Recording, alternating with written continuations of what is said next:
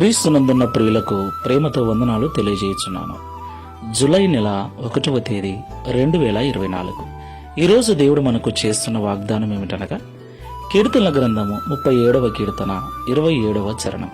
కీడు చేయుట మాని మేలు చేయుము, అప్పుడు నీవు నిత్యము నిలుచుదువు. ఆమెన్.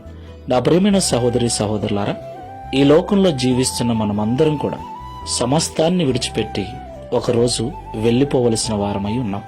ఈ విషయం అందరికీ తెలుసు. ఎక్కడికి వెళతాం? ప్రియులారా, క్రైస్తవులమైన మనకు తెలుసు, మనిషి ఈ లోకాన్ని విడిచిన తర్వాత వెళితే నరకం వెళతాడు, లేదా పరలోక రాజ్యం వెళతాడు. అయితే పరలోకంలో జీవించే జీవితానికి, నరకంలో జీవించే జీవితానికి చాలా వ్యత్యాసం ఉంటుంది. ఆ విషయం మనకు తెలుసు. మనమందరం కూడా మంచి జీవితాన్నే కోరుకుంటాం, అంటే పరలోకం వెళ్ళాలనే కోరుకుంటాం. పరలోకంలో వెళ్ళిన వారి జీవితం ప్రశాంతంగా ఉంటుంది, నెమ్మదిగా ఉంటుంది. దేవునికి మహిమ కలుగును కాక. అదే నరకానికి వెళ్ళిన వారి జీవితం ఎంత భయంకరంగా ఉంటుందో చెప్పవలసిన పని లేదు. అయితే మనము పరలోక రాజ్యంలో ఉండాలంటే ఈ లోకంలో మేలు చేసేవారుగా ఉండాలి. తీర్మానం చేసుకుని ప్రార్థన చేసుకుందాం. సర్వోన్నతుడా, సర్వశక్తిమంతుడా, మీకు స్తోత్రాలు. కీడు చేయుట మాని మేలు చేయుము, అప్పుడు పరలోకంలో నిత్యము నువ్వు నిలుస్తావని మాతో మాట్లాడినందుకు స్తోత్రాలు.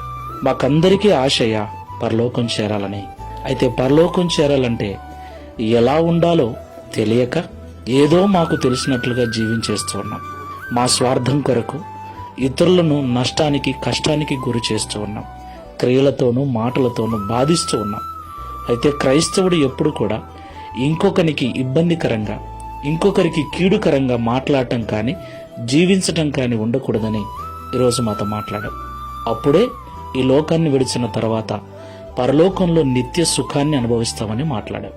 ఈ ప్రార్థనలో ఏకీభవిస్తున్న మేమందరం కూడా ఈ లోకంలో జీవించినంత కాలం ఇతరుల పట్ల ప్రేమగా ఉంటూ, సాధ్యమనంత వరకు వారికి మేలుకరంగా జీవిస్తూ నిత్యత్వం చేరుటకు సహాయం చేయమని, తద్వారా ఈ దిన వాగ్దానం మా అందరి జీవితంలో నెరవేర్చి మీ నామమును మహిమపరచుకొనమని యేసు నామములో ప్రార్థిస్తున్నాము తండ్రి. Amen. Praise the Lord. God bless you.